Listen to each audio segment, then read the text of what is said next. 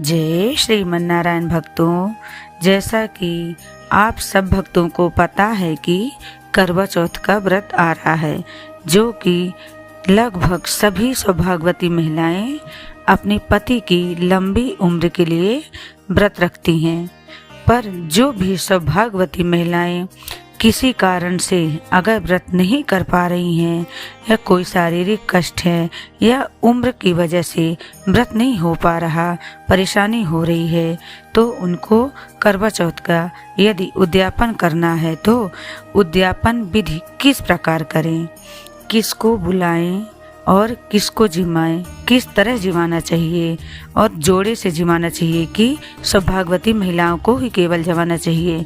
तो यदि आप सबको नहीं पता है तो आइए जानते हैं गुरु जी क्या कह रहे हैं, क्या चीज़ व्रत में दान दें, किसको दें या किसको बुलाएं जिमाने के लिए। तो आइए सुनते हैं गुरु जी के वीडियो के माध्यम से। इसलिए करवा चौथ के उद्यापन में लिखा है, करवा चौथ के उद्यापन में लिखा है, आप लोग करते होगे ना करवा चौथ का व्रत,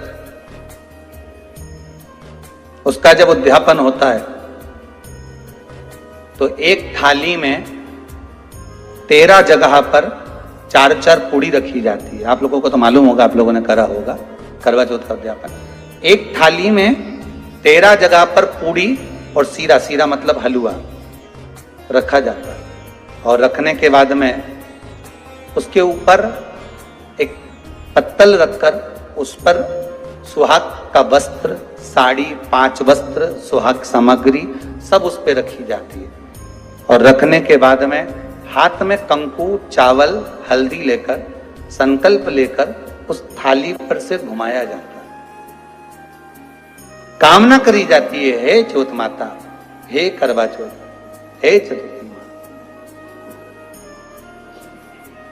मेरे जीवन में मैंने आपका व्रत करा, मेरे इस व्रत को स्वीकार करना, मेरा सौभाग्य का, मेरा मांग का सिंदूर, मेरी भाल की बिंदी, मेरे हाथ का चूड़ा, मेरी पाँव की बिछोड़ी, इसको अमर करना माँ।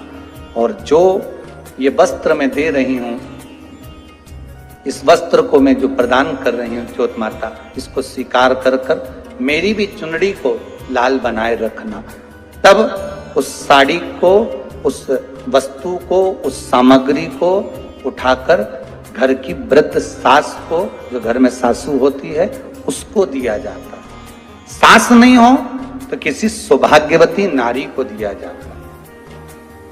उसके बाद में आप फिर ब्राह्मणों का भोजन कराओ, बड़े प्रेम से बुलाओ और ब्राह्मण ब्राह्मणी का भोजन कराओ। अब आज के जमाने में जो करवा चौथ का उद्यापन होता है, उसमें जब समाज की माताएं उद्यापन करती है तो केवल स्त्री को भोजन करा देती है, पुरुष को नहीं कराती। पर करवा चौथ के उद्यापन में लिखा है कि ब्राह्मण का भोजन होना चाहिए, उसके साथ सौभाग्यवती नारी आए, उसकी पत्नी।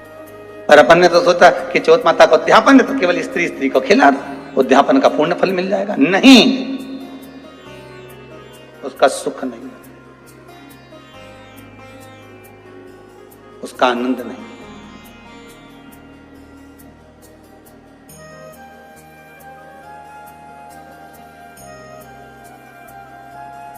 और देने का भी फल है महाराज। करवा चौथ का उद्यापन करो तो भोजन करने उसको बुलाओ जो अपने घर का हो, उसको उद्यापन में नहीं गिनो।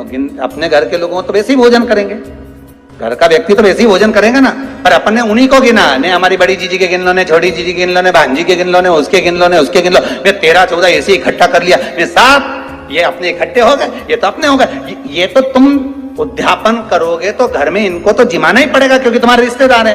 दूसरे को जिमा कर जब हम दान देते हैं, दान उसको लगता है जो दूसरे को दिया गया।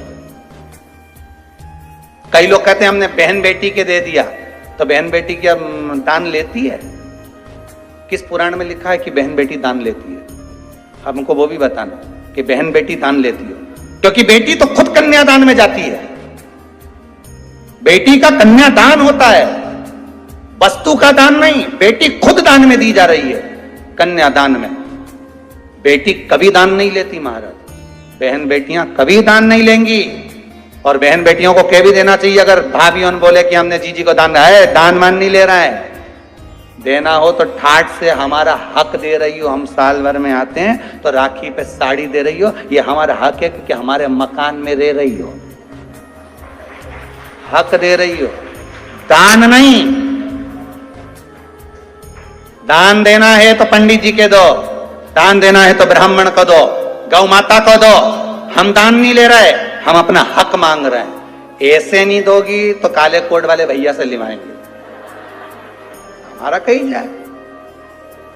तुम तो दान दो, अब तुम क्यों नहीं, तो तुम हम तो दान दे रहे हैं, बहन बेटी के दान दे रहे हैं, तो बहन बेटी कोई दान ले क्या? बहन बेटी के कई पड़े हैं तुमसे दान मांगे? इतना बहुत तो वो खुद दान करिया है, कई दान ले रहे, वो तो हक ले रही है, दान नहीं,